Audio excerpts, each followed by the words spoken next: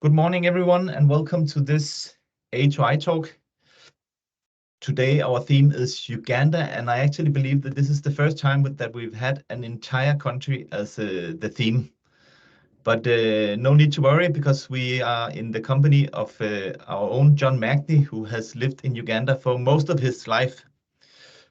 So over the years, John has been involved in a great number of different types of businesses and projects, and therefore knows pretty much everyone and everything there is to know about Uganda. So John, thank you for giving us this overview of what is happening in the near future here in Uganda.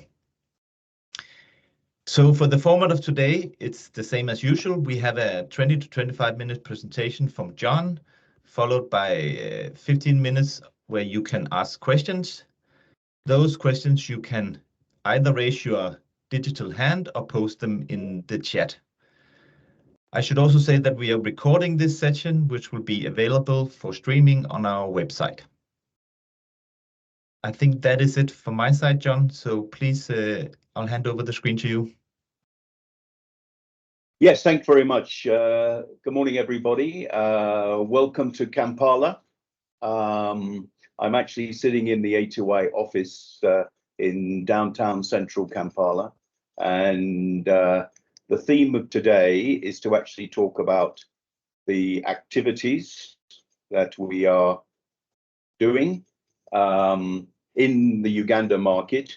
But I will say that our area is the whole of East Africa, and we have activities in Kenya as well as Tanzania and Uganda. But we have a full-time dedicated office in Kampala, and a lot of the focus has been in recent years since I came on board on the Kampala activity or Uganda activities.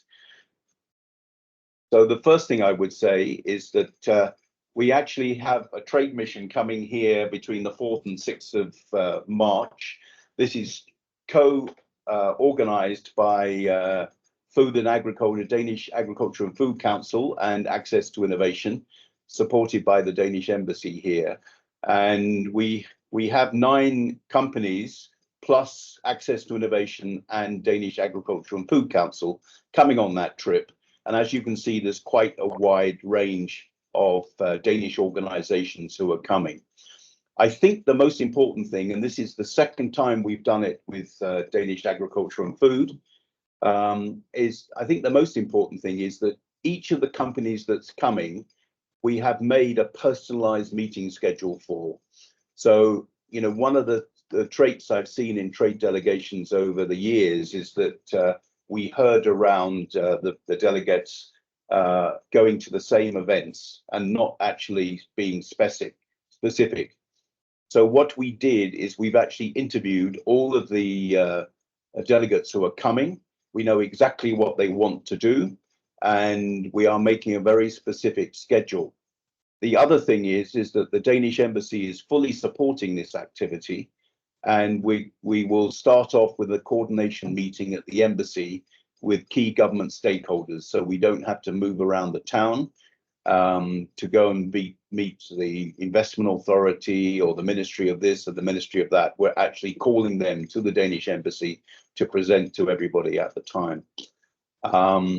The partners that we have identified or have been identified by the delegates will also be invited to the cocktail party at the Danish Embassy.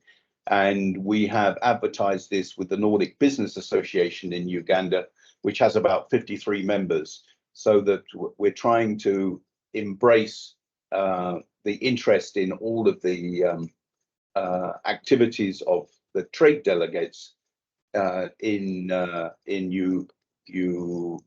Uganda.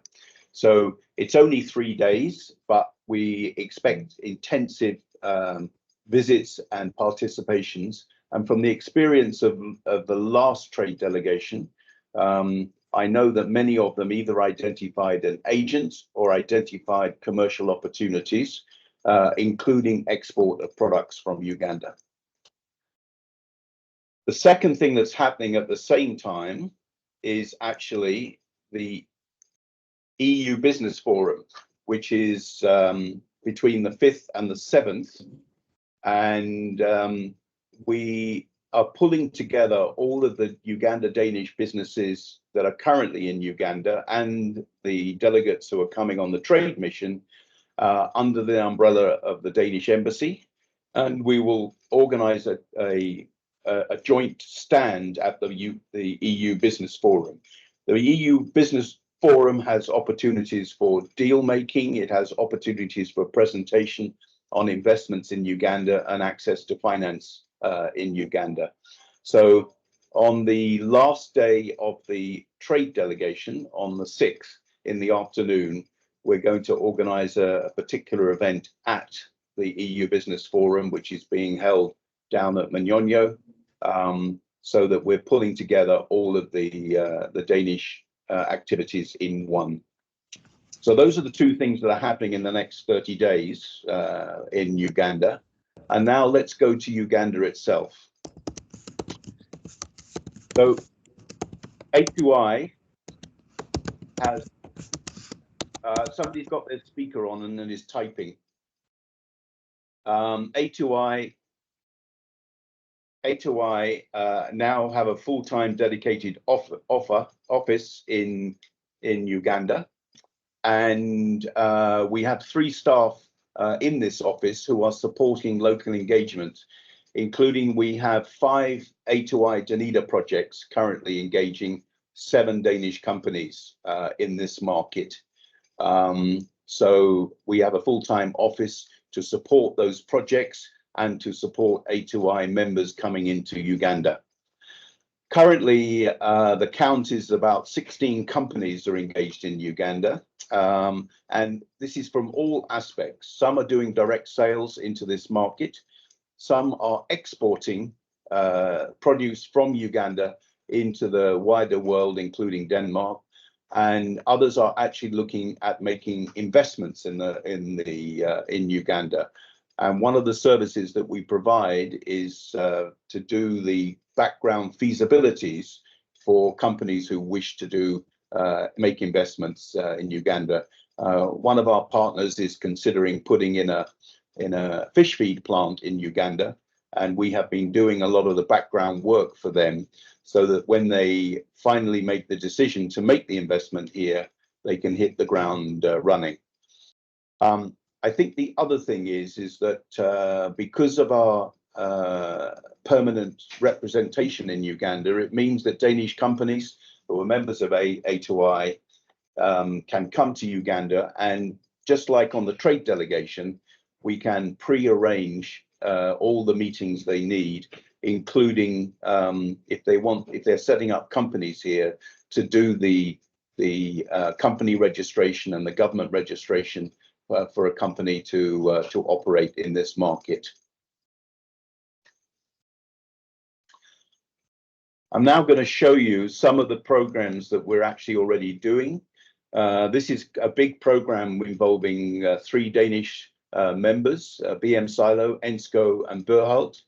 And it also has the Danish Food and Agricultural Council, who do communications. And then we have one commercial partner, which is Ag Plutus in Uganda, and ourselves as the project managers, with a project manager based in this office, and Opportunity International, who are doing farmer registration and training, and also developing the access to finance activity. This project was delayed a little bit due to COVID, and we expect it to run into 2024. And particularly because one of the big challenges that we've had with this is getting our partners who are farmers organizations and farmers access to finance to be able to buy the equipment. But this is a DMDP project running since 2021. We also have a major DGBP project, the Dunedin Green Business Partnerships, that started in the middle of last year. We are not taking the lead on this, but that lead is being taken by the East African Grain Council. But we are providing quite a strong support to this project, including development of the business planning, access to finance, and access to markets. Again, this involves 4 partners. Grundfos is our Danish partner, ACVO is their agent in Uganda, and EAGC and Access to Innovation are the 2 NGO partners on this project. We also have a deeper project with Danish coffee, Farm Mountain Coffee. Farm Mountain have been buying coffee from Uganda for several years. They've been a member of Access to Innovation for several years. And we are now, under a deeper project, we're developing local production of the iced espresso product. This has become quite an interesting one. Deeper projects are quite short in terms of the implementation period. But during this time, we've already identified a commercial partner in Uganda who wish to invest with Danish coffee in this market. And we will be in production of the iced espresso product in Uganda, including our expectation is that we will be making this product for the Scandinavian market. So this is a real genuine added value program, which supports the fact that Uganda is one of the largest coffee producers in the world, and certainly the largest exporter of coffee in Africa. And because we have both Arabicas and Robusta coffees, it means that we can make any flavor profile for this iced espresso product. The product itself can be drunk both hot and cold. And as you can see, as well as the typical Americano, it also has flavors, including chocolate and vanilla, etc., etc. But it's a very exciting project. We're very proud of what A2i has been able to do in terms of identifying a partner, and the business is now registered, and the investments are being made so that we will be in production by second quarter of this year. So that's a deeper project. We only had 12 months to get that going, and already it's up and running. Kio Water, this is another deeper project that we're doing in Uganda, and this is to pilot clean water dispensing using reusable bottles. Kio have identified 2 sites, one in West Nile, which is right up on the South Sudanese Congo border, and one in Kampala, where they will be piloting this dispensing mechanism for clean water. And that project will run throughout, well, it runs until the middle of this year. Actually, our partner from Denmark was here 10 days ago and is setting up those systems as we speak. You will notice that I put impacts and challenge. One of the things under all the new Danina projects in Uganda is the green. So when I'm looking at these, I'm always looking at to see what the green value is for it. And this particular one is really having a positive impact on health and reducing the cost of clean drinking water. 4Life Solutions have an ongoing project. They have a project that they just started in Kenya, but the interesting thing is that 4Life Solutions are actually co-manufacturing with Mukwano Industries in Uganda. They were making the new sour can here, and we've just exported cans to the project in Kenya, where they are testing the distribution model in the Kenyan market. But this is a pilot, but 4Life Solutions have already identified major markets in the whole of East Africa, and they just need to pilot the way that these clean water sour cans will get into that market and how it will be financed by the rural recipients. This is a very interesting one that we will be doing hopefully by the end of this first quarter. Roboto, based in Aalborg, have been developing AI intelligence to use drones. Now, traditionally, to do a wildlife count, they use light aircraft, take photographs, and then spend the next 6 months counting what the photographs show. The Roboto AI intelligence can actually develop the count, and by the time the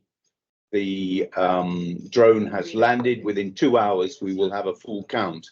The other thing that is important on this one is that it actually has the capacity to identify anti-poacher or poachers operating in the parks, because it can identify two-legged humans compared with wildlife.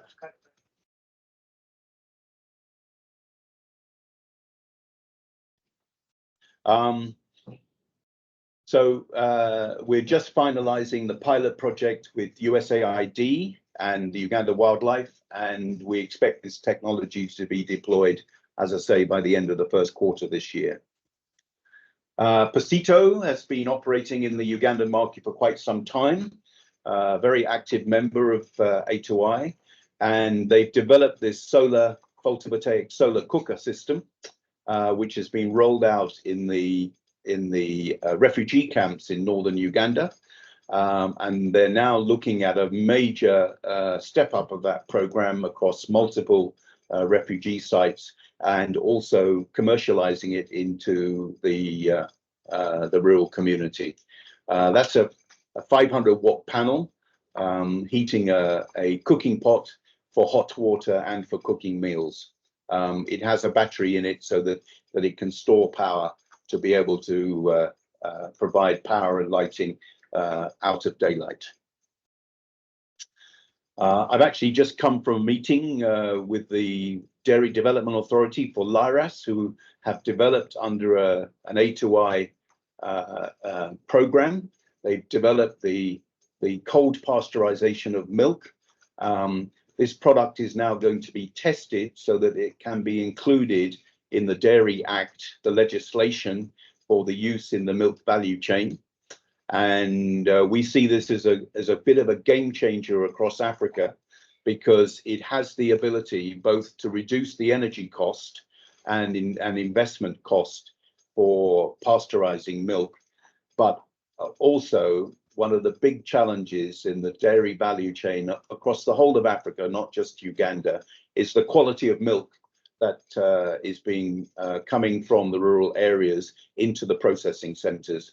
And this has the capacity to reduce the bacteria cell count in milk from well over the 100,000s and over the millions of bacteria cells per milliliter down to a very acceptable level of between 2 and 4 cells per milliliter.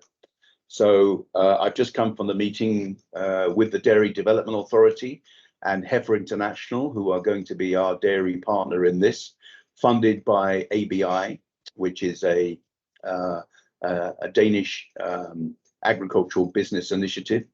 And we expect that this will mean that they will be able to include this technology in the Dairy Act, which means that the dairy value chain will be able to utilize it for safe milk.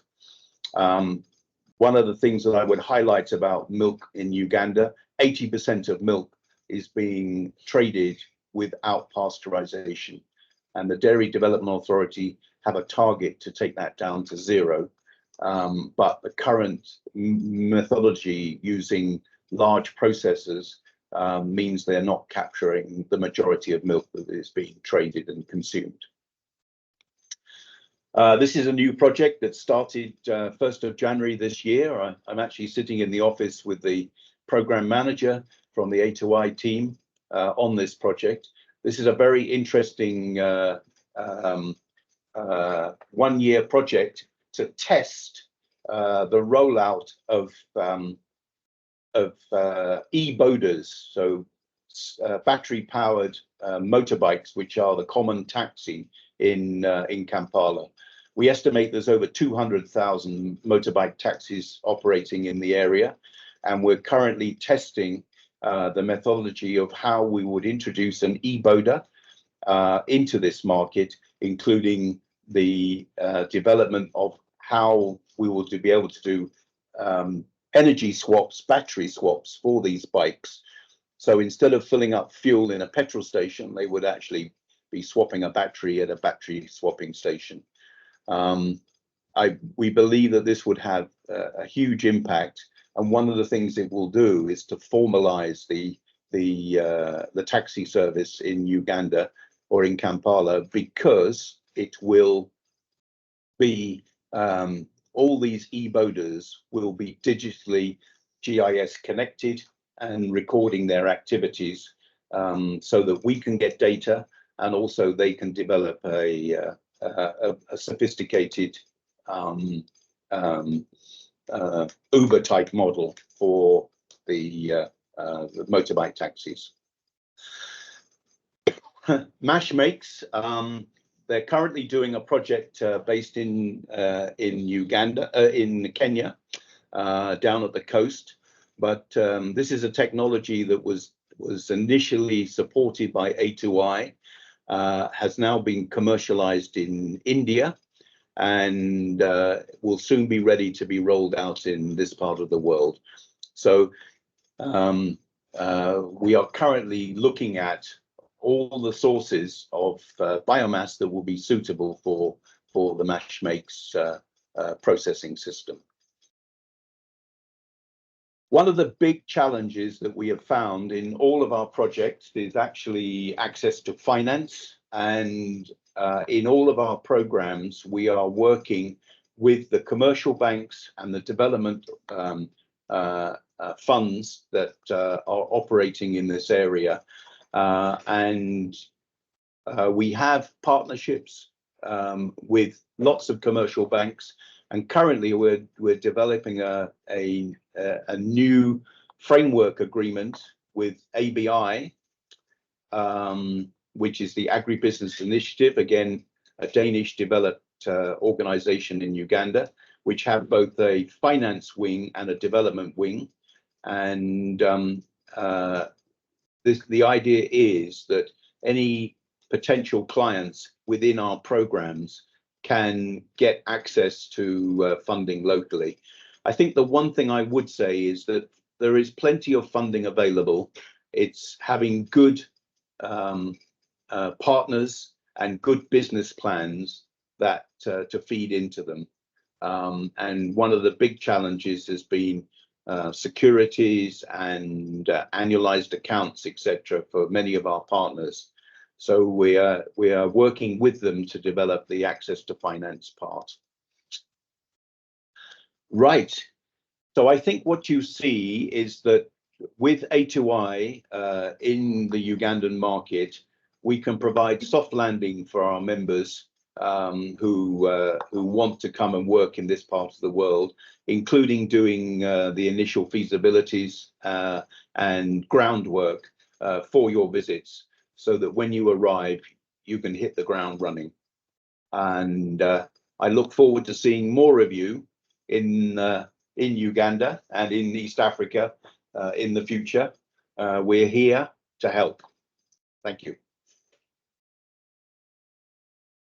Thank you very much, John, for giving us this overview.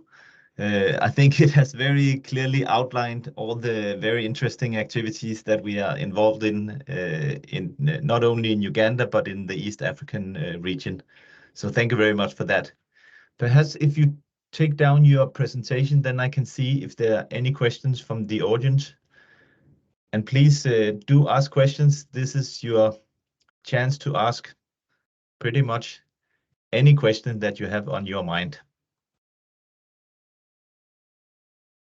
While you think about that, perhaps I'll just ask one.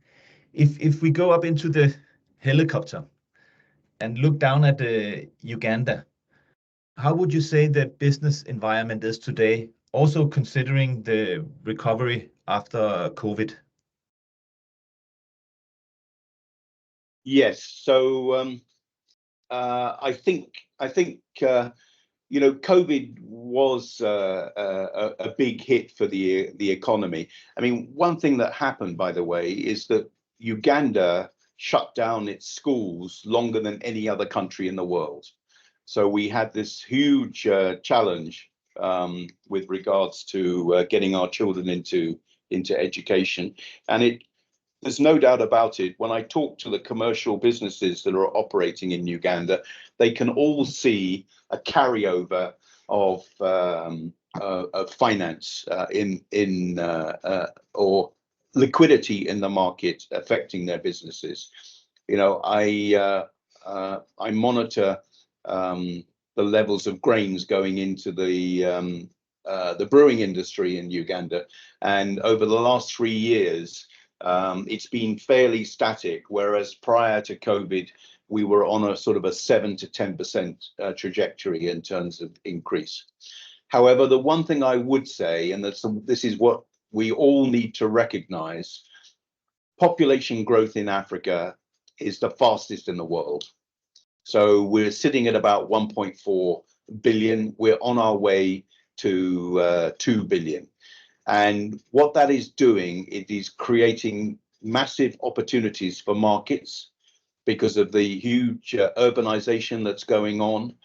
And the other thing I would say is that I am very proud that the new generation of Ugandans, the under 35s, who have gone through, who we've had, universal primary, secondary education in the last 25 years.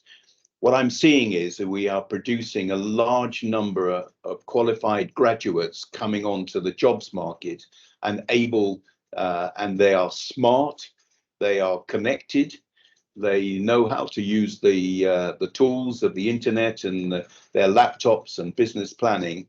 And what they just need is they need guidance and support to be able to go forward.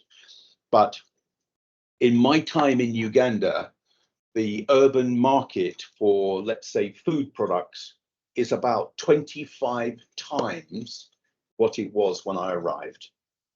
So that means that there is opportunity for production, there is opportunity for added value, and there's opportunity for processing in the country because because of the increase in demand and the increase in GDP per capita means that we have the chance to absorb a lot more manufactured goods and services.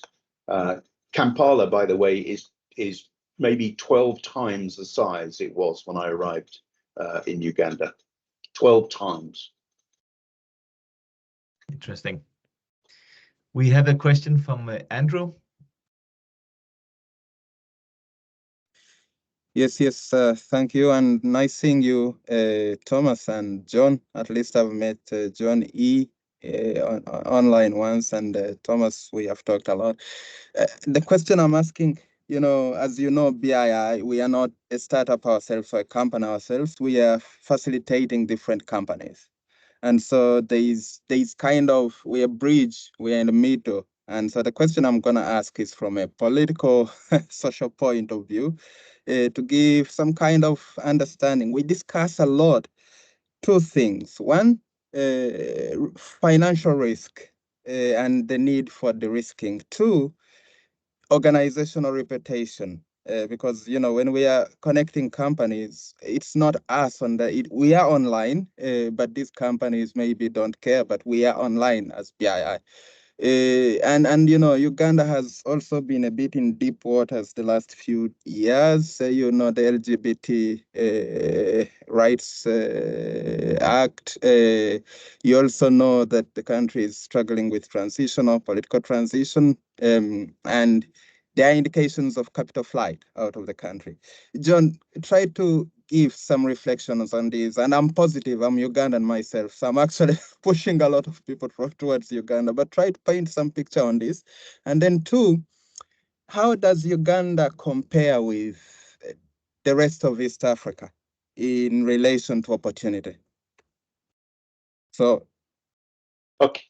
Okay. So I let me take it at multiple levels. The first thing is, in terms of the macro economy, we're actually doing better than our neighbours. If you've seen what's happened in Kenya in the last 12 months, they've had an almost 25% devaluation. They're having big challenges with their external debt, and it's done a lot of damage to the commercial sector in Uganda. I was actually with a Kenyan distributor earlier this week, and the what she said is our biggest challenge is we are having to revise our prices almost on a monthly basis because of the macros. So at a macro level, we're good. Our currency is freely converted. We don't have any central bank oversight and well, we have oversight, but the central bank do not manipulate at any degree what our currency is. I mean, I see this as one of the challenges when you're investing in an African country, is to whether the currency is actually stable. And I think we have members who work in Ethiopia, and they know that the currency is grossly overvalued, which means there is a lack of foreign exchange in the market. One, because they don't attract inward investment, and two, it's there is high demand for foreign exchange because it's considered to be cheap. So from the financial point of view, that's one. Reputational risk. Yes, I think there was some damage done to reputational risk because of the LBGT legislation that came into place. What we're actually seeing on the ground is the ability for that legislation to actually be rolled out is almost zero. I've talked to the legal profession, and they said they doubt if any cases will ever come to court because it's almost unimplementable in terms of legal. We are coming into an election period, and that might create some level of instability. As you know, we have a very old president who's now been in power for 38 years. And even his son is challenging him for the next election in a couple of years' time. So there is a little bit of there. But I think one of the things that I've seen in my time in Africa is that when you create a middle class in an African country, it stabilizes the politics. And the one thing I am sure of is that Uganda has created a middle class, and therefore any instability that might be caused by the political ruptions will be limited by the influence of the middle class population. My only little side thing on that is that we have an incredibly young population. You know, I think the majority of the electorate may be below 35 at the next election. And therefore, they will be the ones who, in theory, will decide on the outcome of that election through the ballot box. And whether that has any uncertainty in it, then I don't know. The other area possibly is to do with corruption, and every single international donor is focused on corruption, not just in Uganda, but in the developing countries. Yes, we have corruption, and I think one of the things that we as A2i based here can do is proper due diligence on any activity which you are going to do in the country, and hopefully help you avoid any pitfalls in that area. As far as establishing a business in Uganda, you can do it, and you can do it quickly. We have an investment authority where you can actually do almost everything, including your trading licenses, your tax registration, your legalization can be done through a one-stop shop. So we have the opportunity, and you know, I've lived here in, well, for over 46 years and seen the good, the bad, and the ugly. But the one thing I've always seen is that we move forward every year. Thank you. There's a question from Kjell.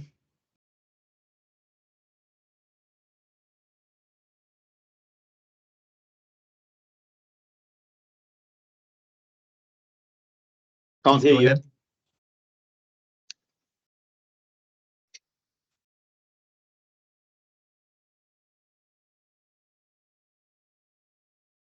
There's I can't hear you.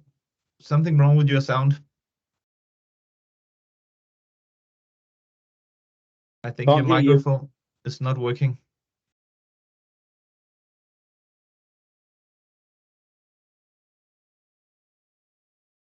Perhaps it's your headset. Oh, still not hearing you.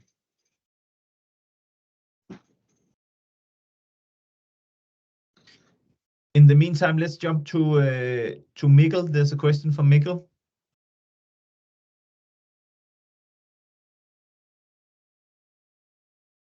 Yeah, can you hear me? Yes, we can. Hi, Mikkel. Yeah, hi John, hi Thomas. Just a question related to the EU Business Forum. In terms of this, will there be some visibility from access to innovation in terms of the members who are participating in the EU Business Forum? Actually, Mikkel, I need to write to you about that because I'm aware that you've registered, and what we would like to propose is that we actually exhibit together with all of the Danish companies at the same time.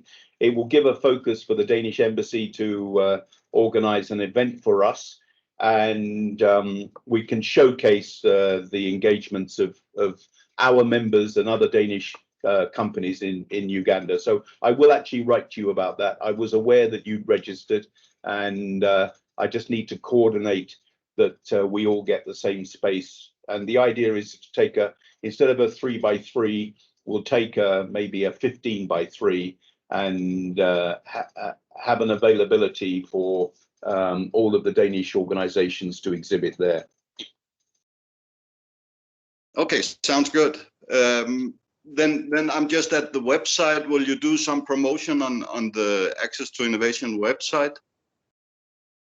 Yes, one of my challenges is that the the EU Business Forum is totally online based, and I haven't been able to get to the organizers to say, look, we don't want to just register as individuals. We want to register as an organization and have all of our members be able to exhibit there. But as soon as I've cracked that, I've had a very busy week, but next week I'll get round to it.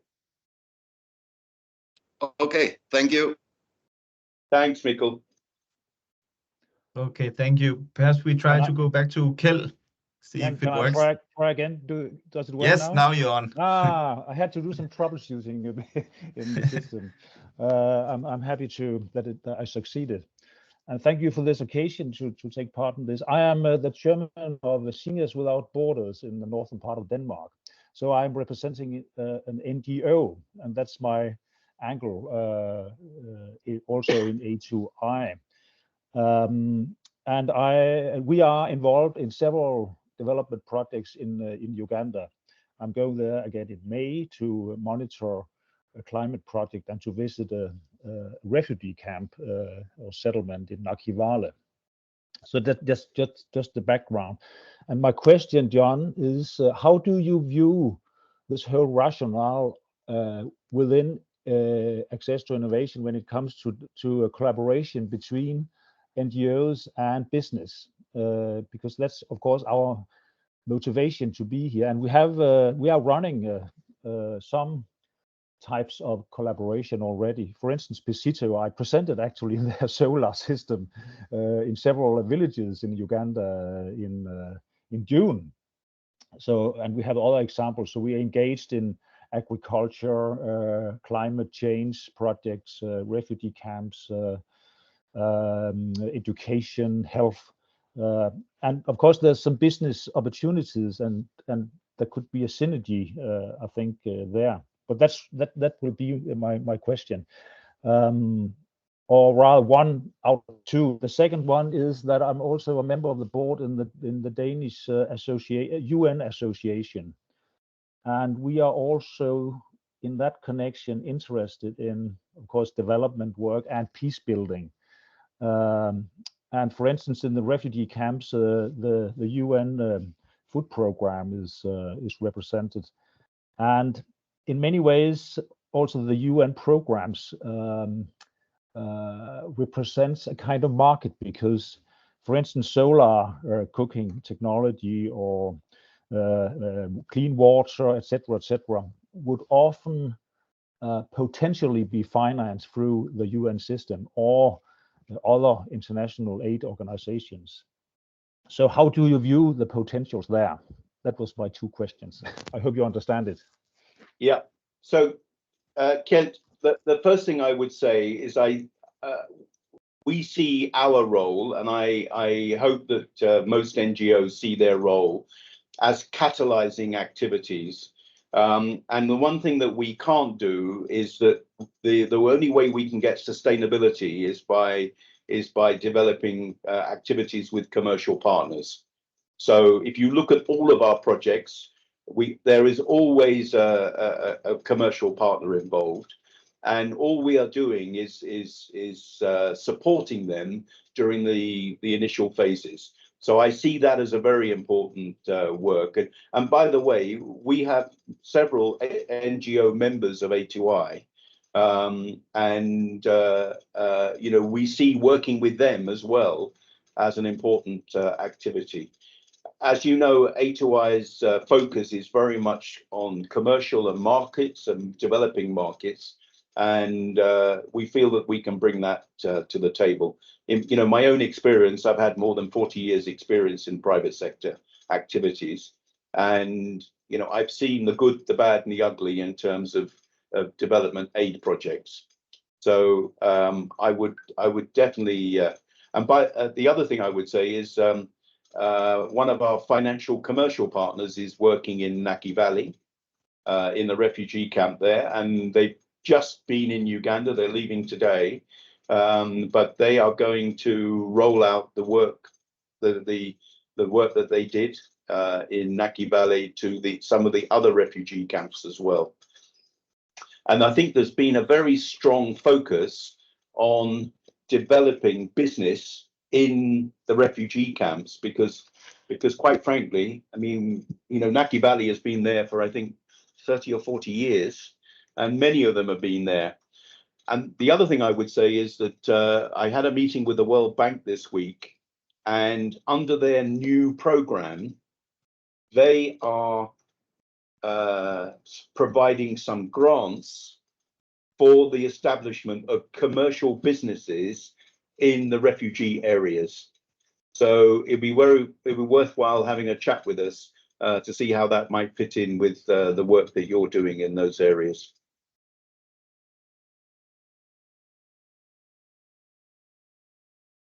Okay, thank you. Yeah, thank you. Time is actually up. It's 10:15. But John, thank you very much for giving us this overview. It's always very encouraging to hear from you. So thank you very much. Pleasure. For our next A2i talk, that is on 8th of March, we will hear from Danita, who will outline the focus and the criteria for the next Danita Green Business Partnerships grant. So that is on the 8th of March. But once again, thank you, John, and all the best of luck to all of you. Cheers. Cheers. Thank you so much.